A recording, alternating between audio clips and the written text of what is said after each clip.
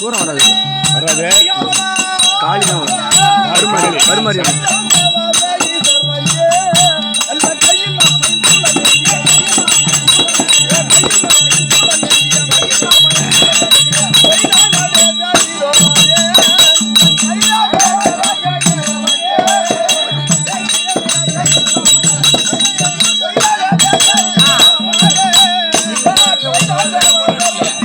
அது எருவில் என்ன பண்ணுறது?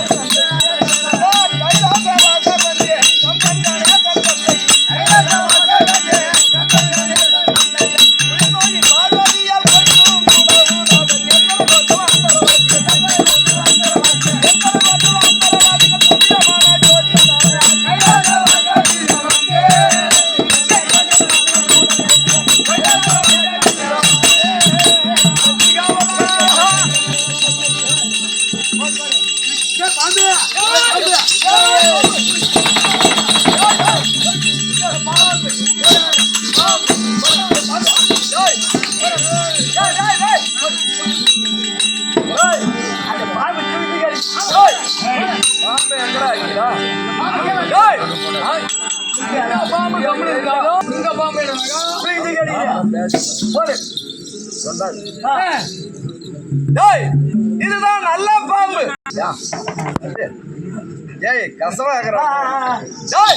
இதுதான் நல்ல பாம்பு. நல்ல பாம்பு.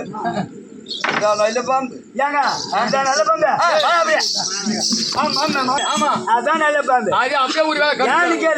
இப்ப தண்ணியில போறோம், இப்படி கால வைக்கல வச்சுக்க, அந்த பாம்பு பட்டு கொத்தி விடுது, ஓட்டு ஓடி சொன்ன போய் அதை வச்சுட்டு வச்சுக்க, அப்படியே சரியாயிரும். அதான் நல்ல பாம்பு. இந்த பாம்பு இருக்குது பாரு, ஷாம்பு போட்டா தரையில் ஒரு தள்ளும், இந்த பாம்பு போட்டா நாயில் ஒரு தள்ளும். அப்படி எங்க தூக்குறா தூக்குறா புடி பாக்கலாம்.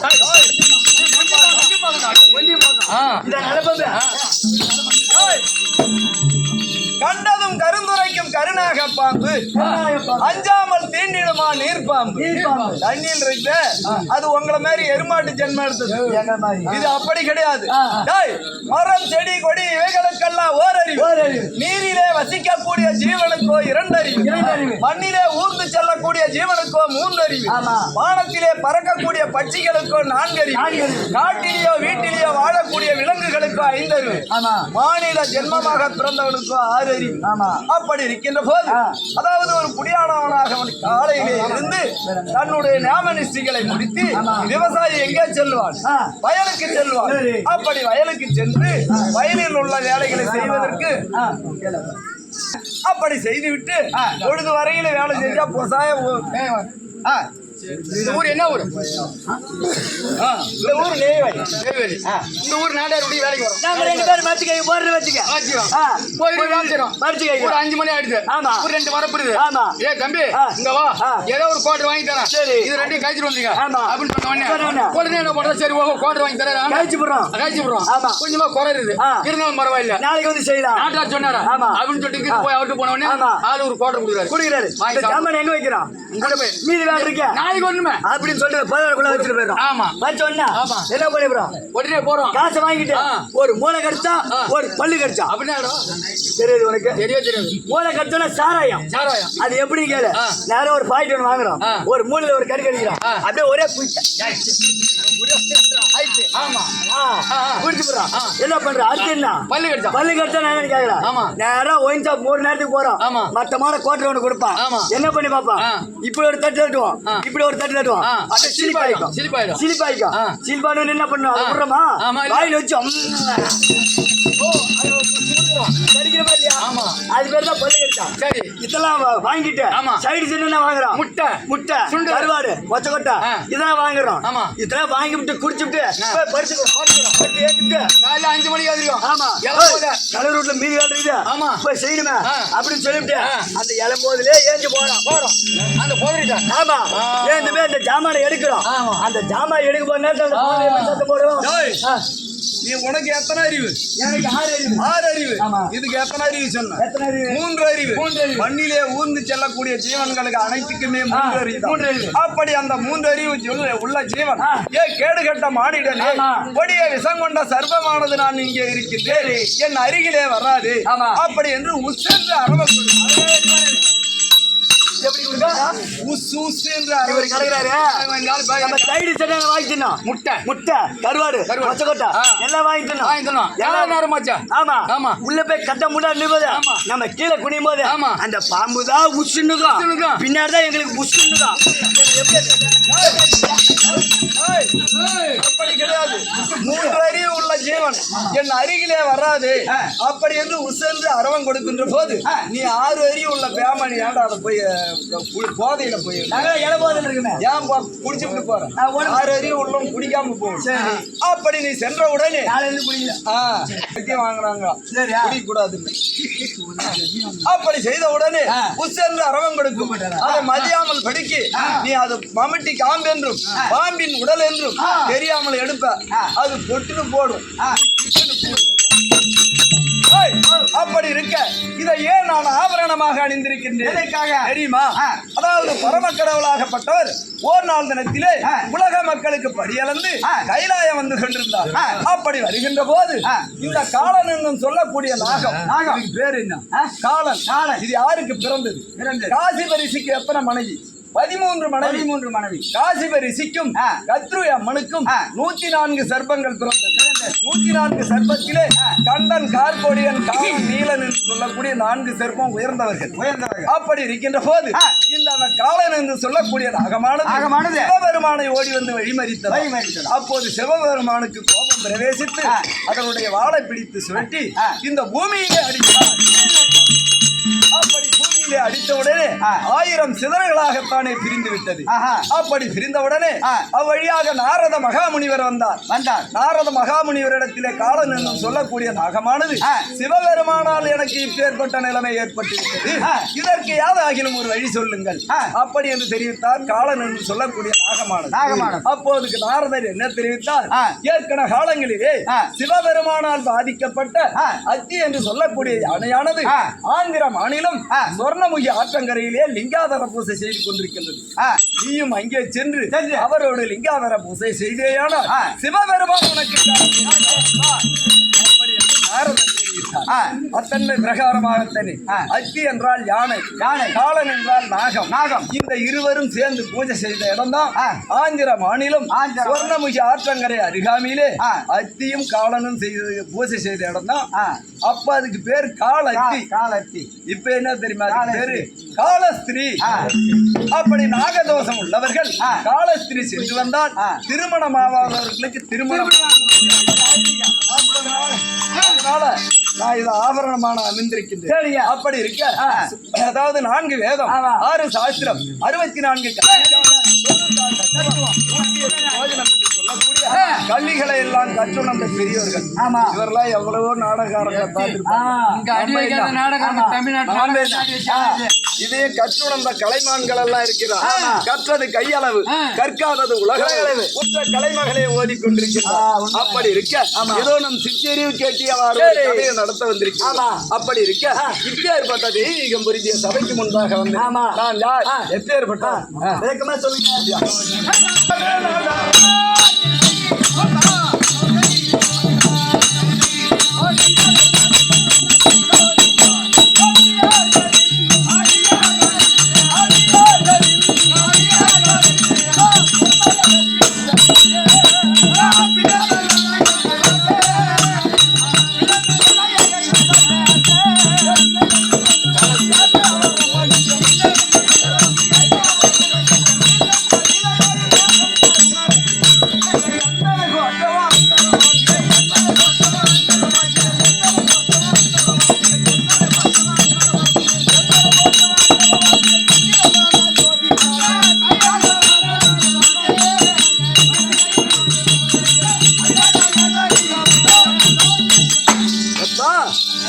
யார் என்று விளக்கம் தெரிந்ததா? கைலாயமே பொற்பிடமாய் அமர்ந்துருளிய 2011 நேத்திரத்தை வகித்த முக்கந்தாகிய சுருள் பொருந்திய 30 தேவர்கள் 40 ரிஷிமார்கள் கிண்ணர் கெருடர் கெம்புடர் சித்தி வித்யாதனர் அஷ்டத்திற்கு பாலகர் 66,000 கோடி அசுராதிகள் முதல் கல்லிலே இருக்கக்கூடிய சிசுவுக்கும் கல்லிலே இருக்கக்கூடிய தேரைக்கும் படி அளக்கக்கூடிய பரமக்கடல் அப்படி இருக்க எனக்கு 2 மனைவிகள் உனக்கு ஆமா ஏன் நவ்வோடுங்கிற உனக்கு 2 மனைவி ஆளை பார்த்து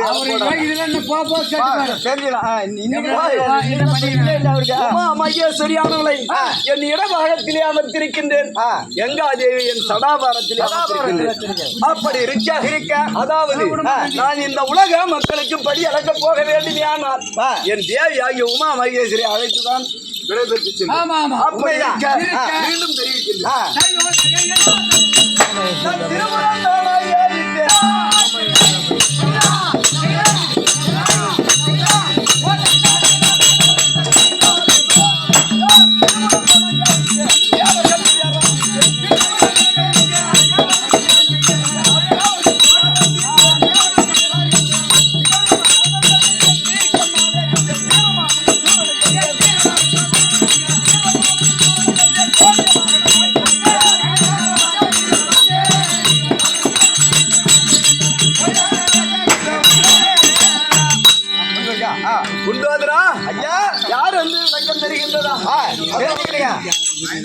உலக மக்களுக்கு நான் படி அளக்க செல்லுகின்ற போது ஆகாயத்தை ஒரு தேர் சீலையாகவும் பூமியை தேர் தட்டாகவும் 4 ரதங்களை சக்கரமாகவும் 27 நட்சத்திரங்களை அஸ்வமாகவும் பூட்டி நான் ரதத்திலே அமர்கின்ற போது ரதமானது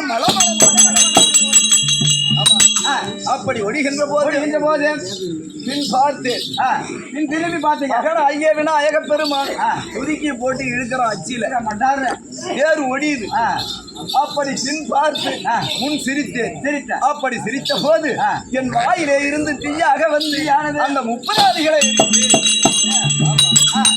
அப்படி எடுத்த போது சொல்லுவாங்க ஒரு சார் இருக்கிறாரு வாத்தியாரு இவருக்கு பேரு வாத்தியாரு கிடையாது இந்த நாடகத்துல வாத்தியாரு இருக்கிறாங்களா அவங்களுக்கு பேரு வாத்தியாரு கிடையாது இந்த சிவபெருமானுடைய வாயிலே இருந்து தீயாக வந்து 30 எரித்ததால் எனக்கு ஒரு பேர் வாத்தியார் அப்படி என்று ஒரு பேரு அப்படி 30 எரித்து தேவர்களுடைய இழுக்கத்தை தீர்த்து அது போகும் மீண்டும் தெரிவிக்கிறேன்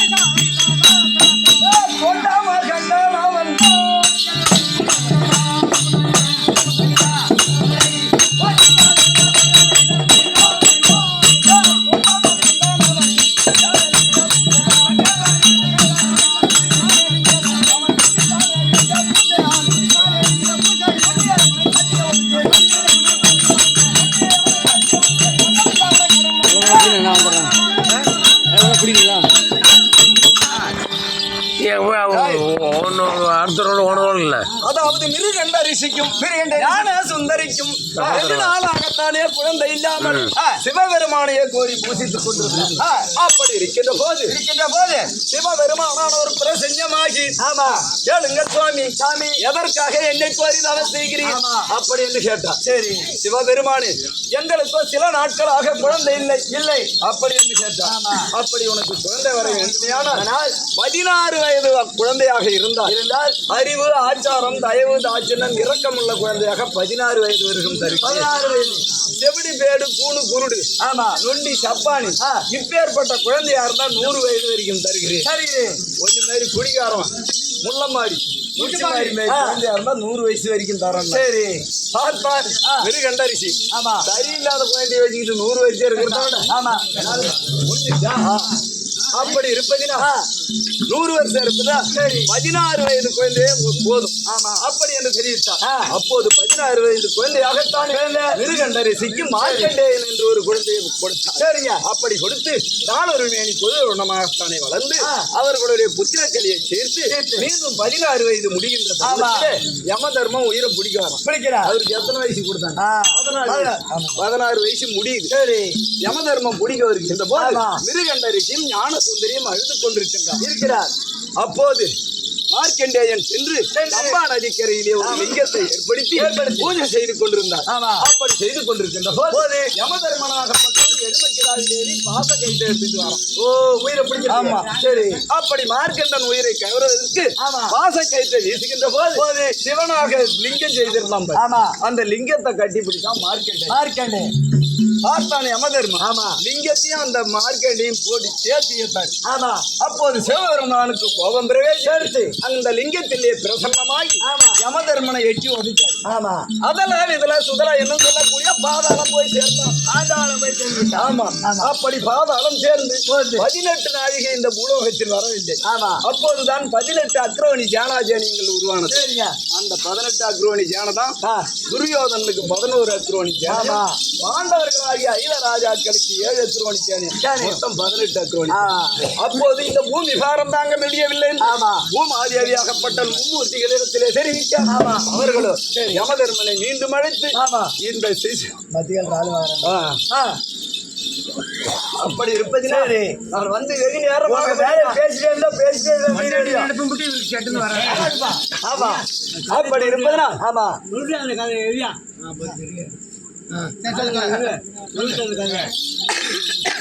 அப்படி பேசிட்டே இருக்கலாமா? ஒரு ஆள் வேச விடுறீங்க, ஒரு ஆள் சொல்லுன்றீங்க. அப்படி இருப்பதினால் அதாவது அந்த 18 ஜேனாச்சரியங்கள் உருவான உடனே பூமி தாரம் தாங்க முடியவில்லை என்று பூமாதேவியாகப்பட்டவள் உரைத்தார். சரி. அப்போது பூமாதேவி உரைத்த உடனே யமதர்மம் வரல பாதாளத்திலே இருக்கு. ஏன்னா உயிரை யாரையும் பிடிக்க முடியல. அப்போது மும்மூர்த்தி தேவர்களை யமதர்மனை அழைத்து இந்த பூமி பாரத்தை குறைக்க வேண்டும். அப்படி இந்த பட்டம் எனக்கு தேவையில்லை. நீங்களா பட்டத்தை கொடுப்பீங்க, நீங்களா என்ன உதைப்பீங்க, எனக்கு தேவையில்லை. சரி அப்பா, இனிமேல் யமதர்மம் வந்து உயிரை பிடிச்சாதானா கொஞ்சம் உதைக்கிறான்.